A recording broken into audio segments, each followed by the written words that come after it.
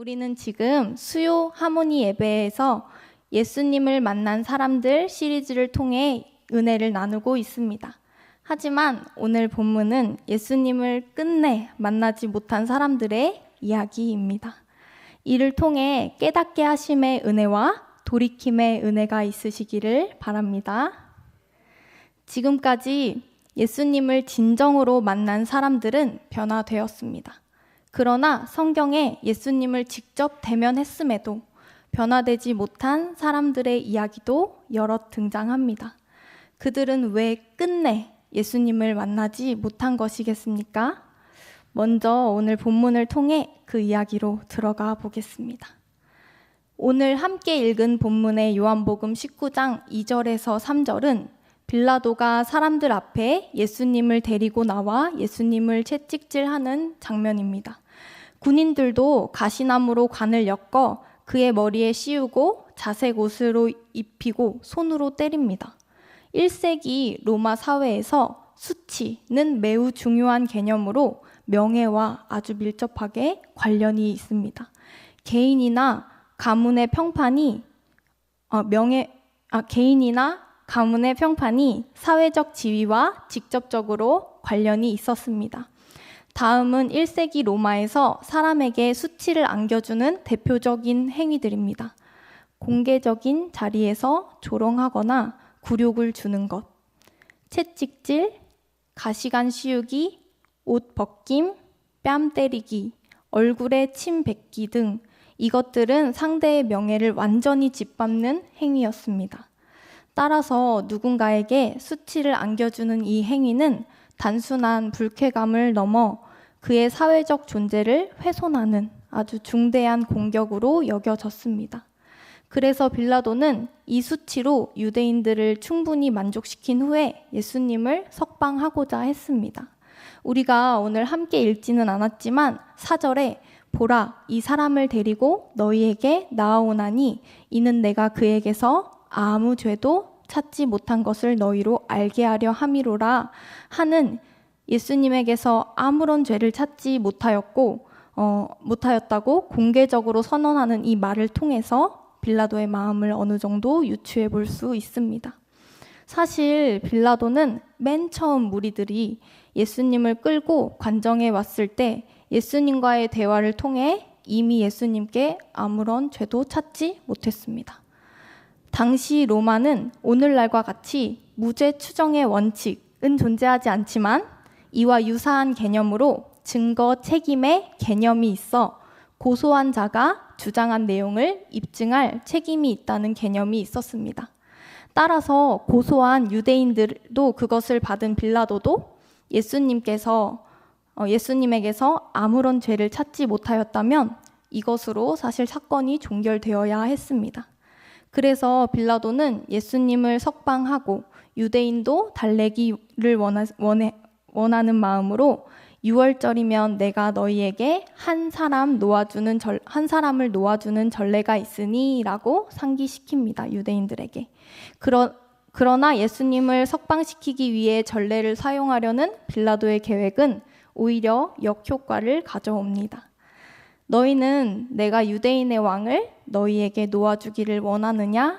라고 물음으로써 유대인들의 심기를 건드린 것입니다. 이러한 물음 앞에 유대인들은 더욱더 거세게 항의하며 거세게 소리를 지르며 이 사람이 아니라 바라바라 하는 강도를 놓아달라고 말합니다. 바라바는 마태복음에는 아주 유명한 죄수로 마가복음에서는 밀란을 꾸미고 그 밀란 중에 살인하고 체포된 자로 묘사되는 진짜 중범죄를 일으킨 자입니다. 예수님에 대한 적대감은 점점 커져서 이제는 진짜 범죄를 일으킨 범죄자를 석방시켜달라는 지경에까지 이릅니다. 병행 구절을 함께 살펴보면 빌라도에게 갔던 예수님은 이제 헤롯과의 만남으로 이어집니다. 빌라도는 예수님을 정죄할 그 근거를 찾지 못했기 때문에 헤롯에게 보내어 조사하게 합니다. 빌라도는 갈릴리 사람인 예수님이 관여된 이 사건을 갈릴리의 책임자인 헤롯이 파악할 수 있을 것이라고 생각했을 것입니다. 성경에는 이 헤롯이라는 이름이 여러 명 등장하기 때문에 우리가 혼동하기 쉽습니다. 헤롯은 단일 인물이 아니라 헤롯 왕조에 속한 여러 명의 인물을 지칭합니다. 헤롯 왕가의 이야기는 마카비 혁명으로 거슬러 올라갈 정도로 사연이 아주 길지만 오늘은 성경에 구체적으로 나오는 헤롯이라는 이름의 왕 4사람과 일반 귀족 신분의 한 사람만 살펴보도록 하겠습니다. 첫 번째는 예수님이 태어나셨을 때 동방 박사들이 별을 보고 찾아왔다가 만난 그 헤롯입니다. 이 사람을 헤롯 대왕이라 하며 매우 잔혹한 사람으로서 베들레헴의 아이들을 죽이기까지 했는데 그는 예수님이 태어난 지 얼마 되지 않아 죽게 됩니다. 이후 그의 아들들이 유대의 여러 지역을 나누어 다스렸는데 이들을 분봉왕이라고 부릅니다. 이들이 다스리던 지역을 크게 3곳으로 나눌 수 있는데 헤롯 아켈라우스가 다스렸던 지역이 유대와 사마리아고 헤롯 안디바가 다스리던 지역은 갈릴리, 그리고 그의 형제 헤롯 빌립 2세가 다스리던 지역이 갈릴리 동편 드라고니 지방입니다. 후에 헤로디아와 헤롯 빌립 1세 사이에서 태어난 살로메와 결혼하는 인물이기도 합니다. 그래서 특히나 혼동하기 쉬운 헤롯 빌립 1세는 그의 아내 헤로디아가 그를 떠나 이복 형제인 오늘 본문에 나오는 헤롯 안디바와 결혼했습니다. 이 일이 세례 요한의 비판의 대상이 되기도 합니다. 앞에 소개해드린 5명의 헤롯 중에 오늘 본문이 말하는 헤롯은 바로 헤롯 안디바입니다. 그는 동생 헤롯 빌립 1세의 아내 헤로디아를 빼앗아 자신의 아내로 삼았고 이 일로 세례 요한은 그의 이 행동을 비판했습니다. 헤롯 왕은 자신의 잘못 때문에 번민하면서도 세례 요한의 지적을 따르지 못하고 있었습니다. 반면 그의 아내가 된 헤로디아는 그런 요한을 원수로 여기고 죽이고 싶어 했습니다. 하지만 요한이 워낙 유명하고 선지자와 같은 입지를 가진 사람이라 헤롯은 사람들을 두려워해 그를 감히 죽일 수 없었습니다. 또한 헤롯은 요한을 의롭고 거룩한 사람으로 알고 두려워했으며 자신이 잡아다가 가둔 세례 요한을 가끔씩 감옥에 가서 만나 그의 말을 들을 때면 번민하면서도 달갑게 그의 말을 들었다고 합니다. 그러나 헤로디아는 헤롯 왕 때문에 요한을 죽이지 못한 것이지 죽이고자 하는 그 마음은 계속해서 마음에 품고 있었습니다. 이런 와중에 기회가 찾아옵니다. 헤롯이 자기 생일날 귀족들과 천부장들과 같은 사람들을 초청해 큰 잔치를 열었습니다. 이때 술에 취해 기분이 좋아진 헤롯은 헤로디아의 딸 살로메가 사람들 앞에서 춤을 추어 헤롯을 기쁘게 해주자 그에게 호기를 부렸습니다. 바라는 것이 무엇이든 나한테 말해보거라. 내가 해줄 테니 무엇이든지 나한테 말만 하면 나라의 절반이라도 줄게 라는 말로 단단히 맹세까지 한 것입니다.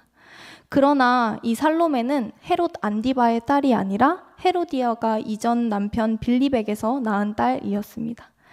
헤로디아의 딸 살로메는 자기 어머니에게 쪼르르 달려가 헤롯 왕이 자기에게 모든 것을 약속했다고 무엇을 달라고 해야 할지를 묻습니다. 이때 헤로디아는 항상 자신을 지적하며 괴롭히던 세례 요한을 떠올립니다. 그를 죽일 수 있는 기회라고 여겨 주저없이 세례 요한의 머리를 달라고 청하라고 합니다. 살로메는 어머니가 시킨 대로 헤롯 왕에게 돌아가 세례 요한의 머리를 쟁반에 담아달라고 합니다. 전혀 예상치 못한 이 살로메의 소원에 그는 정신을 차리고 고민을 하게 되는데요. 이미 걷잡을 수 없는 상황으로 흘러갑니다. 잔치상에 둘러앉은 손님들 앞에서 한 맹세이기 때문에 이제 와서 발을 뺄 수 없는 노릇이었습니다. 결국 헤롯은 시위병에게 말해서 요한을 죽이라고 합니다.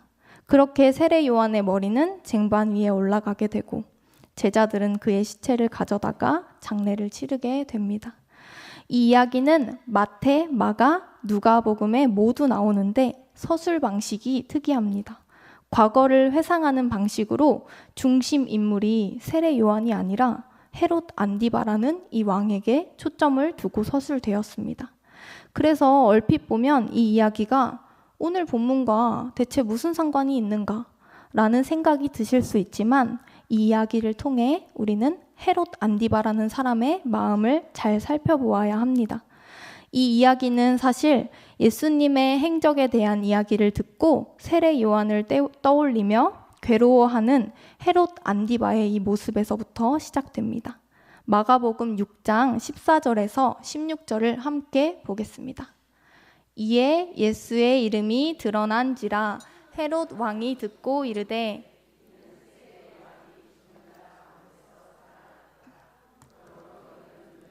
그의 속에서 일어나느니라 하고 어떤 이는 그가 엘리야라고 하고 또 어떤 이는 그가 선지자니 옛 선지자 중에 하나와 같다 하되 헤롯은 듣고 이르되 내가 목벤 요한 그가 살아났다 하더라.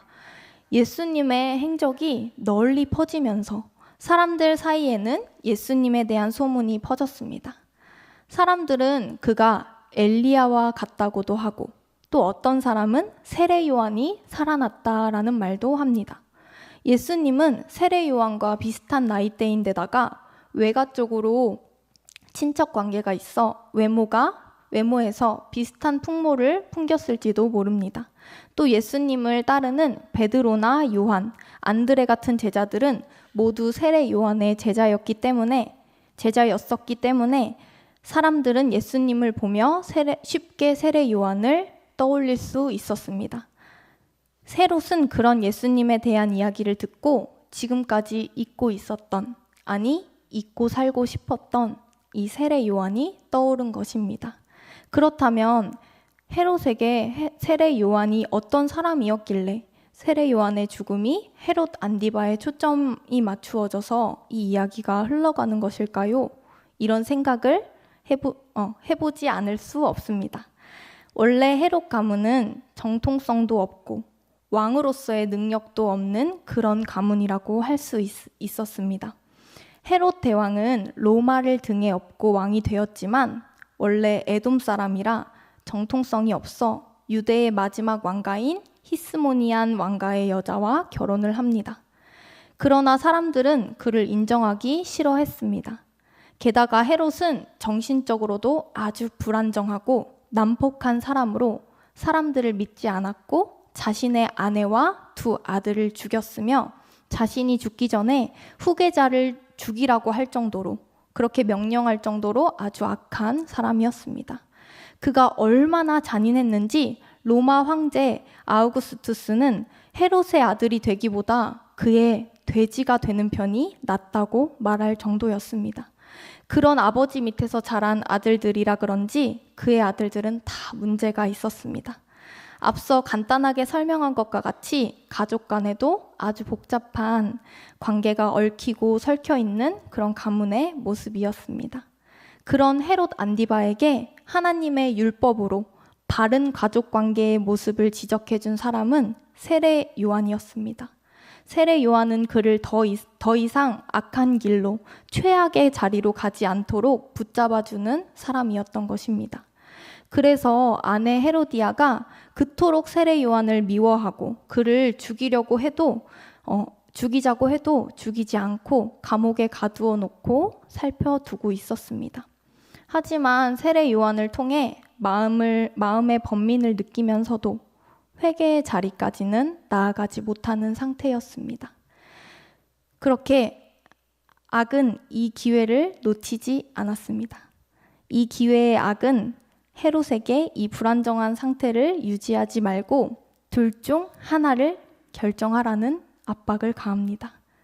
그러나 한편으로 이 기회의 날은 그가 단순히 마음만 괴로워하는 것에서 그치지 않고 구체적인 삶의 변화를 가져올 기회를 잡을 수 있는 날이기도 했습니다. 이 기회의 날은 모든 것이 무너지고 후회와 절망으로 물드는 날이 될 수도 있고 반대로 회개하고 삶의 방향을 완전히 바꾸는 전환점이 되는 기회가 될 수도 있었습니다. 성경에는 이러한 기회의 날을 계속해서 놓치고 끝끝내 어리석게 살던 사람들, 어리석은 최후를 맞은 사람들이 종종 등장하곤 합니다. 창세기 4장에서 가인은 자신의 제사가 하나님께 연락되지 못하고 하나님께서 아벨의 제사만을 받으신 것을 보고 크게 화를 내며 고개를 떨굴 만큼 분노했습니다. 화에 완전히 사로잡힌 가인에게 하나님께서 말씀하십니다. 무슨 까닭으로 내가 화를 내느냐? 무슨 까닭으로 고개를 떨구느냐? 내가 행동을 잘한다면 고개를 들 수 있지 않겠느냐? 그러나 행동을 잘하지 못한다면 죄가 문 앞에 숨어 기다리고 있다. 너에게로 죄의 욕구가 향하고 있더라도 넌 이겨내야 해. 하며 이거 새한글 성경 버전으로 가져와 보았습니다. 개역 개정에는 죄를 다스리라 라고 번역되어 있는데요. 죄를 능히 다스릴 수 있는 사람이 어디 있겠습니까? 죄는 자석처럼 우리를 잡아당깁니다. 경계선에 서서 죄를 다스릴 수 있을 거란 생각으로 아슬아슬한 외줄타기를 이어간다면 우리는 죄의 끌어당김에 넘어져 악을 범하고 하나님 앞에 범죄하는 자리로 나아갈 수밖에 없습니다. 가인이 죄로부터 멀리 달아나 하나님께로 나아갔다면 그의 인생의 결과는 완전히 달라졌을 것입니다. 하지만 문 앞에 숨어 기다리고 있던 죄에게 문을 열어주고 죄에 온 몸을 내어 맡긴 결과는 동생 아벨을 죽이고 영원히 떠돌아다니는 처지가 되었습니다. 뿐만 아니라 가인으로부터 나오는 자손들의 인생 전반을 살펴보아도 그의 인생이 하나님과는 멀리 떨어진 삶임을 우리가 성경을 통해 볼 수 있습니다. 또 다른 인물 한 명을 살펴보겠는데요. 예수님의 제자 중 하나였던 가룟 유다에게도 이런 기회의 날이 왔습니다. 마가복음 14장 10절에서 11절을 함께 보겠습니다. 12 중에 하나인 가룟 유다가 예수를 넘겨주려고 대제사장들에게 가매 그들이 듣고 기뻐하여 돈을 주기로 약속하니 유다가 예수를 어떻게 넘겨줄까 하고 그 기회를 찾더라. 아멘. 네. 가룟 유다는 예수님을 팔 기회를 찾았습니다. 그러나 주님은 그 기회가 그가 회개할 기회임을 가르쳐 주었습니다. 마가복음 14장 21절을 보겠습니다. 인자는 자기에 대하여 기록된 대로 가거니와 인자를 파는 그 사람에게는 화가 있으리로다. 그 사람은 차라리 나지 아니하였더라면 자기에게 좋을 뻔하였느니라 하시니라. 아멘.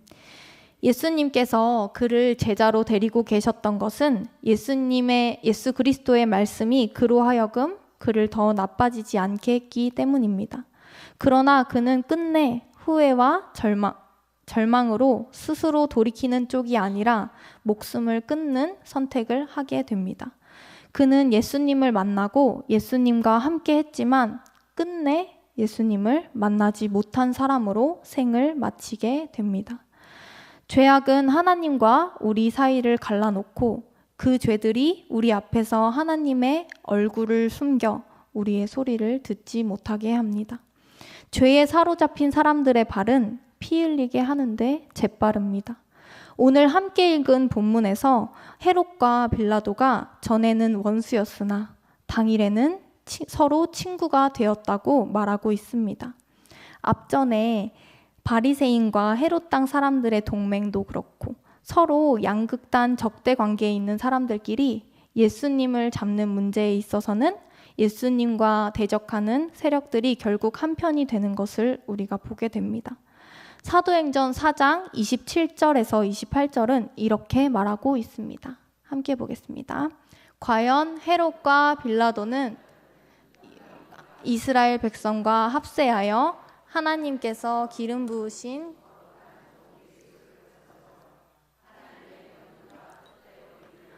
예정하신 그것 행하려고 이 성에 모였나이다. 아멘.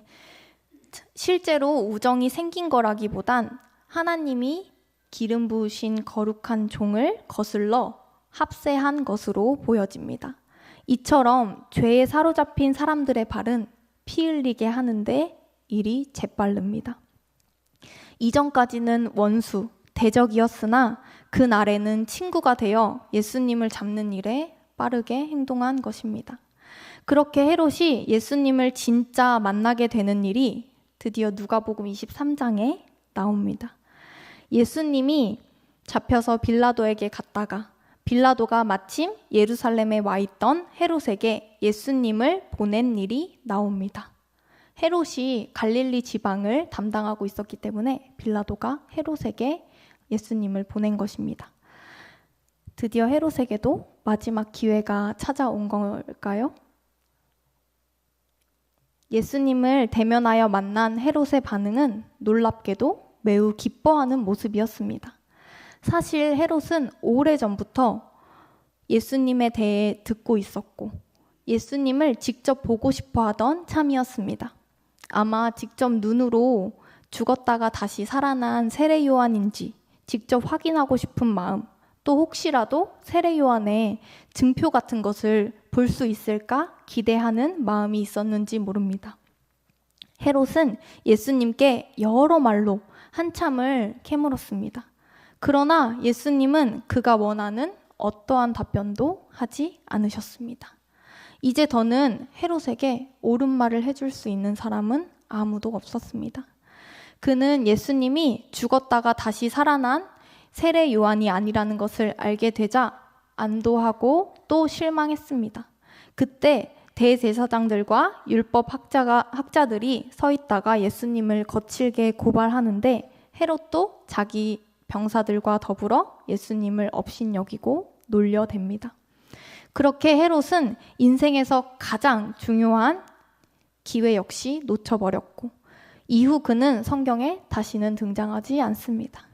그 후에 역사가들의 기록을 보면 기원 후 36년에 다메섹 왕 이레데와의 전쟁에서 패배하게 되고 39년에 리용으로 유배를 당하고 알 수 없는 어느 해에 죽었다고 기록되어 있습니다. 복음서에 나온 말씀들을 살펴보면 헤롯 왕가의 사람들 중에 헤롯 안디바는 가장 좋은 기회들을 얻었던 사람이었습니다. 세례 요한이 그를 가르쳤고 예수님을 직접 대면하여 만나기까지 하였습니다. 그러나 그는 자신의 욕망을 채우고 체면을 지키느라 세례 요한을 죽이고 예수님을 만났음에도 구원의 기회를 눈앞에서 놓치고 말았습니다. 헤롯은 인생 말미에 자신이 얼마나 큰 기회를 놓쳤는지 후회했을지도 모르겠습니다. 또한 가인, 가룟 유다, 빌라도까지도 주어진 기회의 날을 악에게 내어주고 돌이킬 수 없는 길로 걸어갔습니다. 그 길은 멸망의 길이요 사망의 길입니다. 그러나 죄 가운데 있었지만 기회의 날 앞에 돌이켜 하나님께 나아간 성경의 인물들이 훨씬 많습니다. 대표적인 인물은 우리가 아주 잘 알고 있는 다윗입니다. 그는 밧세바 사건을 통해 큰 죄를 지었지만 나단 선지자의 책망 앞에 즉시 회개하여 하나님께 엎드렸습니다.